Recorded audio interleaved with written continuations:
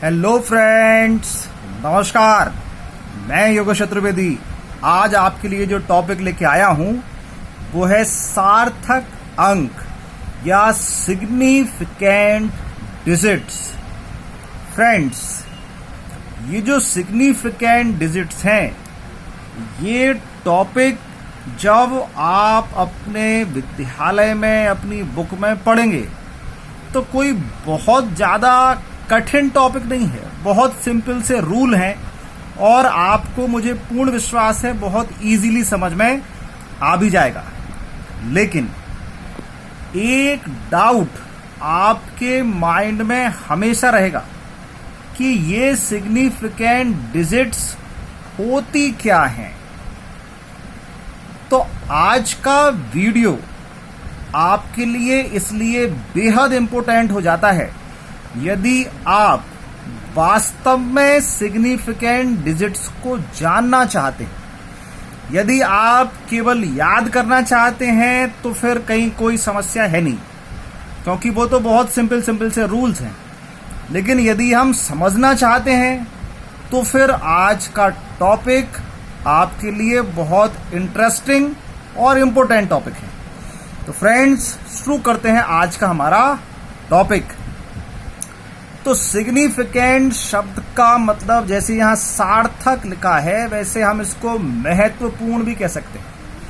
तो ऐसे डिजिट्स जो बहुत इम्पोर्टेंट हैं, महत्वपूर्ण हैं या जो सार्थक हैं, वो कौन से डिजिट्स हैं, इसको आज हम इसमें समझेंगे।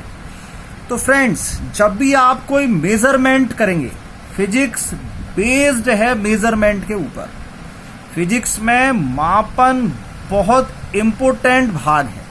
तो जब भी आप कोई मेजरमेंट करेंगे तो आप जानते हैं आपको उस मेजरमेंट के लिए एक स्केल, एक मापक यंत्र लेना पड़ेगा और उस मापक यंत्र की अपनी एक यथार्थता की सीमा होगी। अब यथार्थता की सीमा क्या होती है ये मैं आपको अपने पुराने वीडियोस में बता चुका हूं।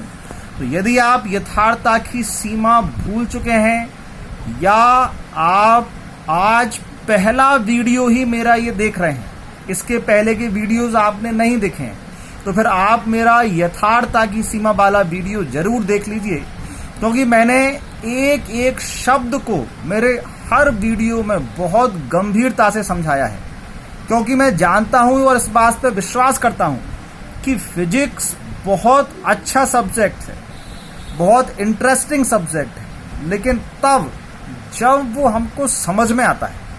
यदि हम उसको रटने का प्रयास करते हैं तो फिर फिजिक्स हमको अच्छा नहीं लगता है, बोरिंग लगने लगता है।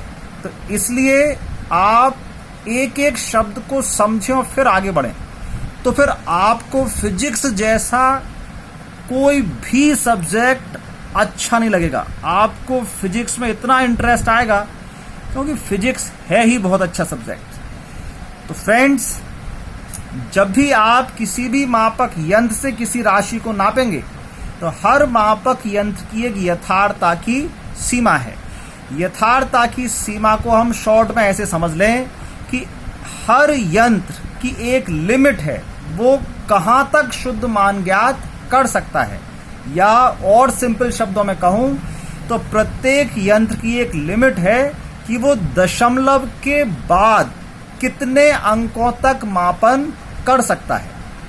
ये उसकी यथार्थता की सीमा है। जैसे आपका जो साधारण स्केल है वो दशमलव के बाद एक अंक तक मापन कर सकता है।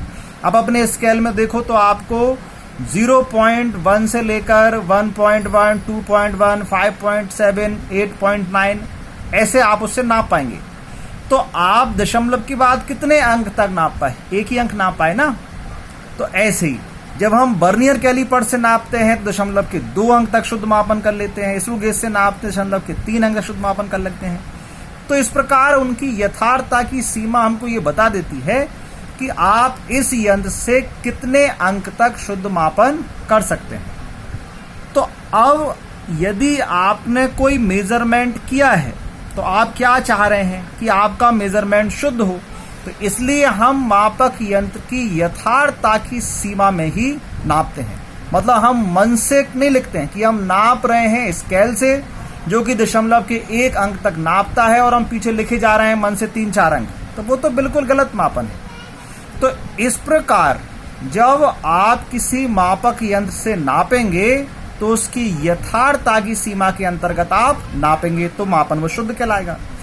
तो उस माप में शुद्ध रूप से ज्ञात अंकों को ही सार्थक अंक कहा जाता है। जैसे अब मैंने किसी छड़ की लंबाई नापी और अपने साधारण स्केल से नापेंगे और लंबाई आई 1.7 सेंटीमीटर, तो इसमें कितने अंक मुझको मिले? तो मुझको मिले 2 अंक, एक 1 और एक 7, तो दोनों ही अंक क्या कहलाए? सार्थक अंक। अब अगर मैं इसी चीज को वर्नियर कैलीपर से नापता हूं और मुझको उसमें मान प्राप्त होता है 1.70 सेंटीमीटर, तो इसमें ये तीनों ही अंक इंपोर्टेंट हैं, तीनों ही अंक सार्थक अंक हैं, तीनों ही सिग्निफिकेंट हैं, क्योंकि मेरा जो मापन है वो वर्नियर कैलीपर्स है, और वर्नियर कैलीपर्स मुझको दशमलव के बाद दूसरा अंक भी नाप कर दे सकता है। तो यहाँ ये जो 0 है इसको मैं छोड़ नहीं सकता हूँ, ये भी मेरे लिए उतना ही इंपोर्टेंट है जितना कि 7 था। तो ये तीनों अंक कितने हो गए मेरे? सार्थक अंक। अब मैंने स्क्रू गेज से नापा, तो मैं जानता हूं कि स्क्रू गेज दशमलव के बाद 3 अंक तक नाप सकता है, तो आंसर मेरा आया 1.702। तो जितना महत्वपूर्ण मेरे लिए 7 था, जितना महत्वपूर्ण 0 था, उतना ही महत्वपूर्ण अब ये 2 भी है। क्यों? क्योंकि मैंने स्क्रू गेज से नापा है। तो यथार्थता की सीमा में जब हम नापते हैं तो हमको जो मापन मिलता है वो कैसा मिलता है? शुद्ध मापन मिलता है। तो अब अगर ये मापन शुद्ध है तो ये जितने अंक मुझको मिल रहे हैं, ये अंक ही सिग्निफिकेंट डिजिट या सार्थक अंक कहलाते हैं। अब फ्रेंड्स, ये तो सिंपल सी बात हो गई कि यदि कहीं हमने साधारण पैमाने से नापा 1.7 लिख दिया तो आपने बोल दिया 1 और 2 सार्थक अंक हैं। अब अगर मान लीजिए ऐसी स्थिति बन रही है कि किसी व्यक्ति ने साधारण पैमाने से ही नापा है और 1.7 सेंटीमीटर की जगह वो इसको 1.70 सेंटीमीटर ये लिख रहा है, तो उसने लिखा तो कुछ गलत नहीं है, लेकिन नापा उसने किससे है? साधारण पैमाने से।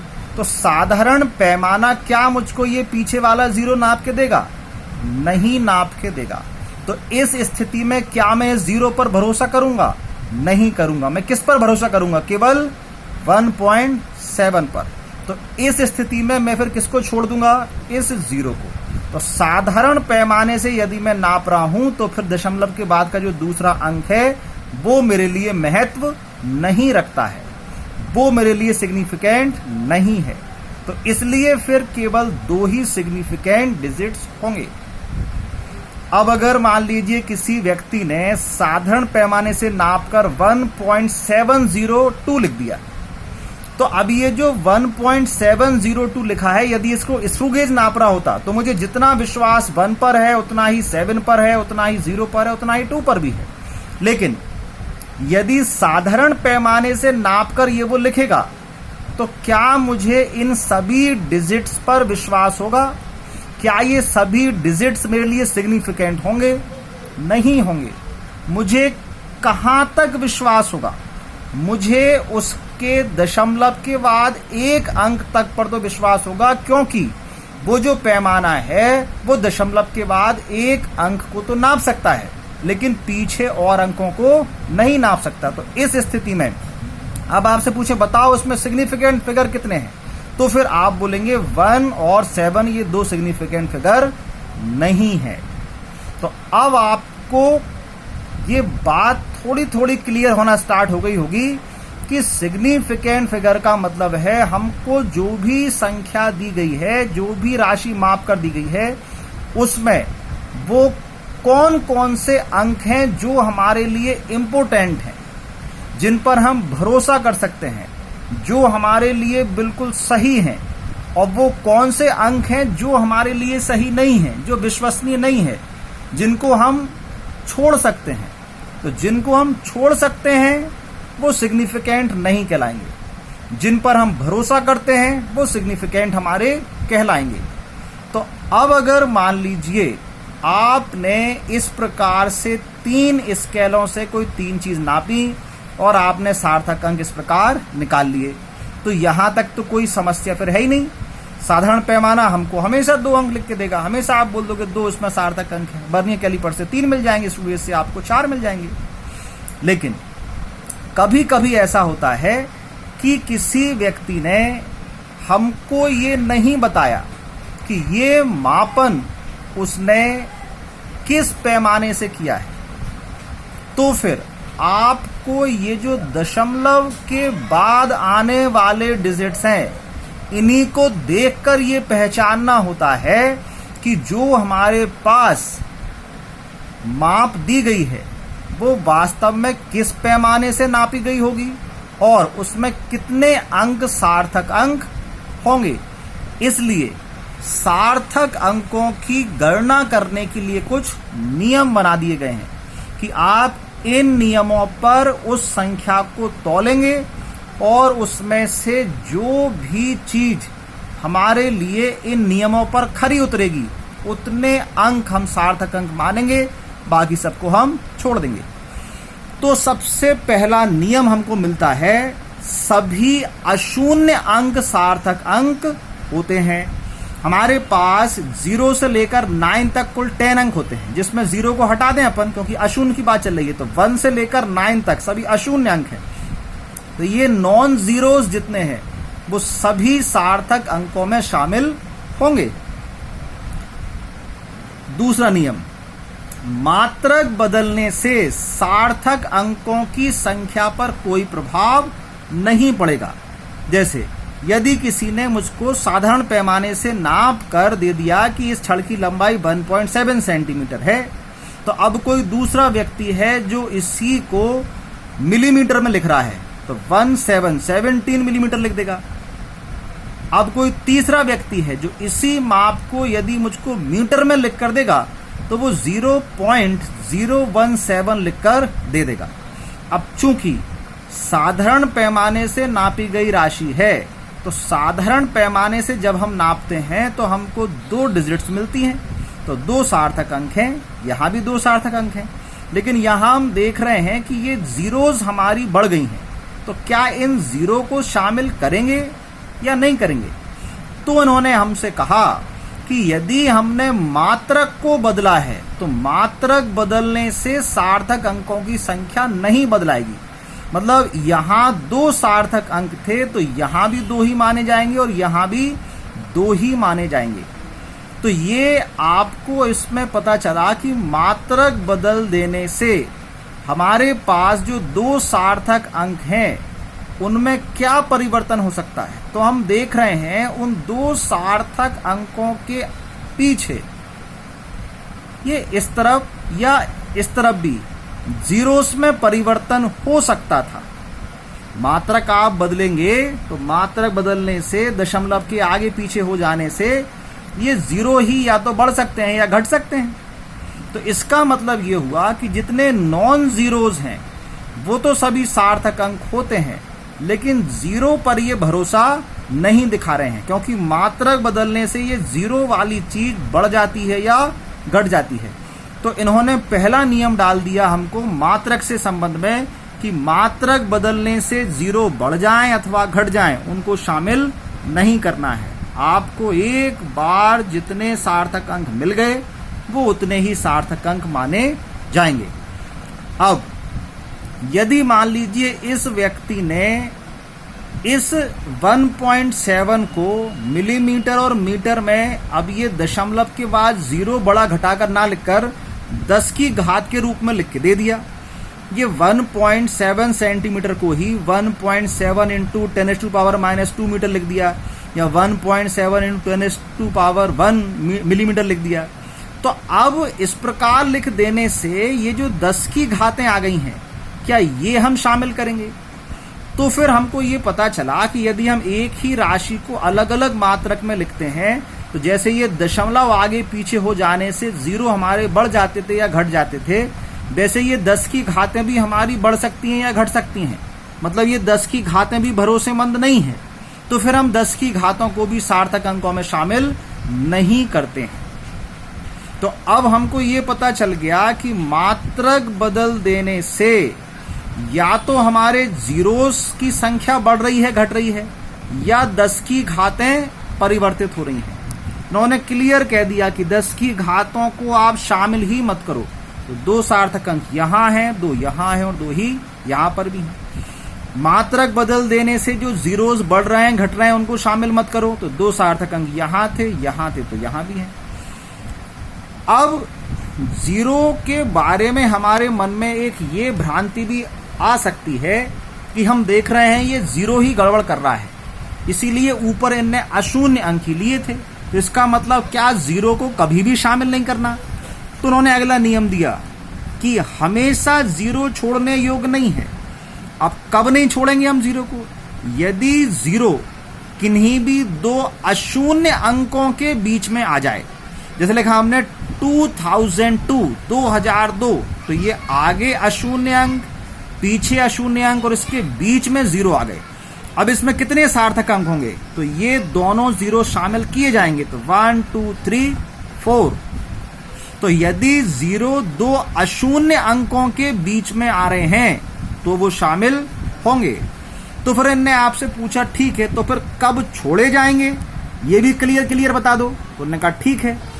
तो इनका कहना है यदि जीरो हमारे अशून्य अंक के पहले आए या अंतिम अशून्य अंक के बाद जाएं तो शामिल नहीं करेंगे। जैसे यहां लिखा हुआ है 00202000। तो अब हमारा पहला अशून्य अंक है ये 2। तो अशून्य मतलब 1 से 9 तक की संख्या, इनके आगे यदि कोई जीरो आ रहा है तो ये शामिल नहीं करना। लास्ट वाला अशून्य अंक ये है, इसके पीछे कोई जीरो आ रहा है तो ये भी शामिल नहीं करना। तो इसमें कितने सार्थक अंक हैं? ये बीच वाला तो शामिल होगा, 1 2 3।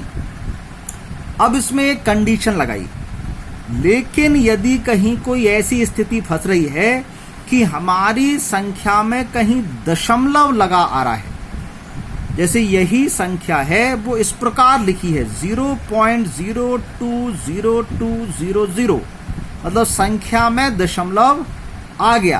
तो यदि कहीं संख्या में दशमलव आ जाए तो अशून्य अंक के पहले वाले जीरो तो आप शामिल कतई नहीं करेंगे, लेकिन जो लास्ट वाले जीरोज हैं वो शामिल कर लेंगे। तो अब इसमें कितने हो गए? ये पहले वाले छोड़ दिए हमने, अशून्य मतलब 2 के पहले जीरो शामिल नहीं करना है, लेकिन बाद वाली 2 करना है। तो 1 2 3 4 5। तो इसमें 5 सार्थक अंक होंगे। तो अब आपके माइंड में क्वेश्चन आ सकता है कि हम पहले वाले तो छोड़ रहे हैं, लेकिन पीछे वाले दशमलव के आ जाने से हमने शामिल कर लिए, तो ये पीछे वाले ही क्यों शामिल किए? आगे वालों से क्यों दुश्मनी निकाल रहे हैं हम, उनको क्यों छोड़ रहे हैं? तो इसका रीजन मैं आपको देता हूं। देखिए, हमारे पास क्या है, ये अलग अलग प्रकार के पैमाने हैं। जब हम किसी पैमाने से कोई चीज नापते हैं तो उस पैमाने की यथार्थता की सीमा है। तो यथार्थता की सीमा के अंतर्गत जब हम किसी राशि को नापेंगे तो उसमें दशमलव के बाद के जो अंक हैं वो उस माप की शुद्धता बताएंगे। तो यदि कहीं राशि में दशमलव लगा हुआ है तो इसका ये मतलब है कि वो राशि किसी ऐसे स्केल से नापी गई है जिसकी अपनी यथार्थता की सीमा है। तो उस यथार्थता की सीमा में जब हमने नापा है तो हमको दशमलव के बाद जो भी अंक आ रहे हैं उनका पूर्ण ज्ञान है, मतलब वो माप शुद्ध है।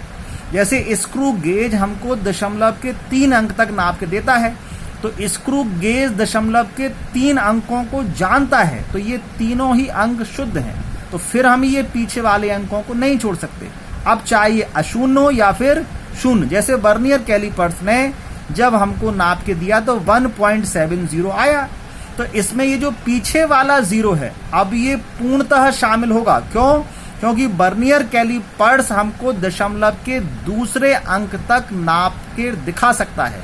मतलब वर्नियर कैलिपर्स ये विश्वास दिलाता है कि ये जो पीछे वाला दूसरा अंक आ रहा है ये भी भरोसेमंद है, तो आप इसको भी सिग्निफिकेंट मानेंगे। इसलिए यदि हमारी राशि में कहीं दशमलव आ गया, माप में कहीं दशमलव आ गया है, तो यदि पीछे वाले हमारे ये जीरोज हैं इनको शामिल कर लिया जाता है, लेकिन इन आगे वाले जीरोज को हम शामिल नहीं करते हैं क्योंकि ये जीरोज भरोसेमंद जीरो नहीं है। तो मुझे उम्मीद है कि आपने आज के इस सार्थक अंक वाले फर्स्ट वीडियो में सार्थक अंकों की काउंटिंग करना सीख लिया होगा। बहुत संक्षेप में मैं आपको ये बता दूं कि सार्थक अंक में आप जितने भी अशून्य अंक हैं उन सबको शामिल कर लें। शून्य को केवल तभी शामिल करें जब वो दो अशून्य अंक के बीच में हो। यदि शून्य हमारा बाईं साइड इस तरफ है तो उसको कभी शामिल ना करें। यदि वो दाईं साइड है तो केवल तभी शामिल करें जब संख्या में दशमलव आ जाए। ये इतना सा फंडा है। लेकिन सीखने की दृष्टि से हम दाएं वाले क्यों शामिल करते हैं, बाएं वाले शामिल क्यों नहीं करते हैं, ये जानना आपके लिए बेहद जरूरी था। तो इसलिए आज वीडियो में मैंने आपको ये सारी बातें विस्तार से समझा दी हैं। अब मुझे उम्मीद है कि आपको आज का वीडियो मेरा पसंद आया होगा। नेक्स्ट वीडियो में मैं आपको ये बताऊंगा कि कभी हमारे पास ऐसा होता है कि दशमलव के बाद 2 अंक तक गणना करिए, दशमलव के बाद 1 अंक तक मापन करिए, तो फिर हमको जितनी एक्स्ट्रा डिजिट होती हैं उनको छोड़ना पड़ता है। तो जिन डिजिट्स को हम छोड़ेंगे उनको छोड़ने के क्या नियम होते हैं। तो मिलेंगे फ्रेंड्स अपने नेक्स्ट वीडियो में, तब तक के लिए नमस्कार।